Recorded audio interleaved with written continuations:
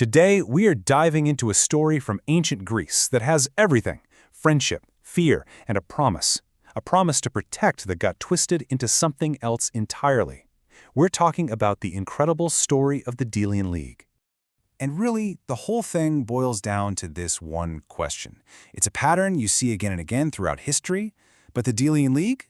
It's one of the clearest, most dramatic examples you'll ever find. So let's get into how it all went down. Okay, so our story kicks off right after the Greek city-states pulled off an absolute miracle. They managed to fight back the massive, invading Persian Empire. But even after winning, they were still terrified. What if the Persians came back? They knew they had to stick together if they wanted to survive. So, in 478 BCE, they did just that. They formed a defensive alliance, the Delian League. The goals were super simple: protect each other and, get a little revenge on Persia. And who did they pick to lead this whole thing? Athens. Why Athens? Simple. It had the biggest, baddest navy in the Greek world, and everyone knew this was going to be a fight that was won or lost at sea. The deal at the beginning was actually pretty fair. Every city-state in the league had to contribute. You could either send your own warships and sailors to join the fleet, or, if that was too much, you could just pay cash into a shared fund. And all that money was kept in a treasury on the sacred, totally neutral island of Delos. That was a big symbol that this was a partnership of equals. But this is where the story starts to take a turn. Athens started out as the leader. Yeah, the first among equals. But that didn't last very long. The whole balance of power started to shift, and Athens went from being the league's protector to being its undisputed boss. And this right here, this was the decision that changed everything. Most of the smaller cities found it way easier to just pay the fee instead of building and manning their own ships. I mean, it makes sense, right? But it had this huge side effect nobody saw coming. While all the other cities let their own military power just fade away, Athens took their money and used it to build its navy into a force that was, well, literally unstoppable. At first, things were going great. After a few huge victories against Persia, the league was super popular. But then came the point of no return. In 454 BCE, Athens made a really bold move. They took the entire league treasury from that neutral island of Delos and moved it right into their own city. This single act was a massive, massive statement. Just look at the symbolism here. When the treasury was on Delos, a neutral religious site, it belonged to everyone. The money was for defending the whole group. But the second it was moved to Athens, the message was clear. This money is ours now. The friendly alliance was pretty much dead. The Athenian Empire had just been born. So what do you do with all that power and all that cash? Well, for Athens, it led to two totally different realities happening at the exact same time. On one hand, you have this cultural explosion known as the Golden Age. But it was all paid for by the harsh, iron-fisted control Athens had over its former friends. Athens was raking in a fortune. We're talking an average annual income of about 460 talents. Now, a talent was a huge unit of silver. The easiest way to think about it, it's like hundreds of ancient treasure chests showing up in Athens every single year.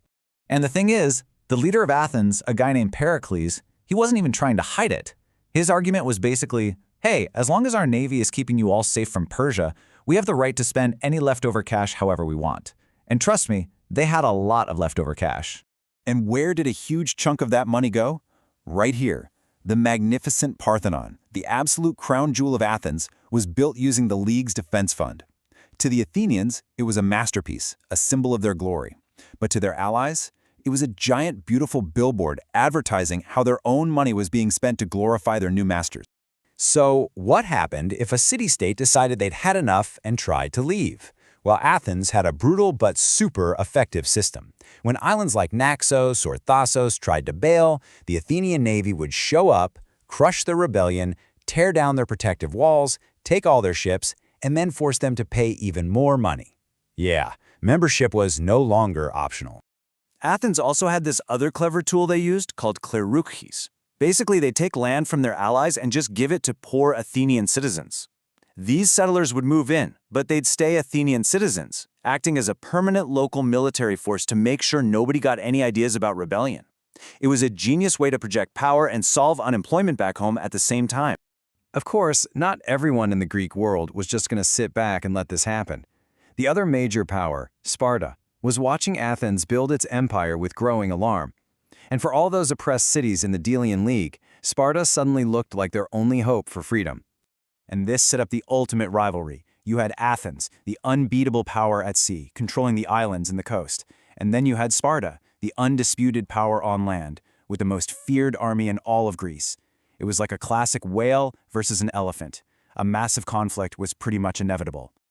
As more and more cities got fed up with Athenian rule, they started sending secret messages to Sparta, basically begging them to step in and liberate Greece.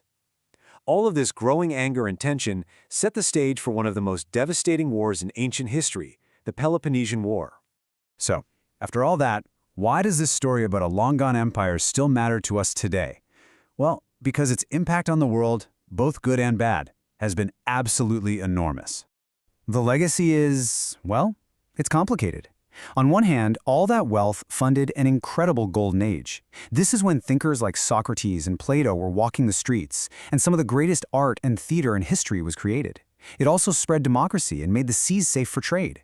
But on the other hand, it's this powerful, timeless warning about how easily a mission to protect can turn into a mission to dominate. And that brings us right back to where we started.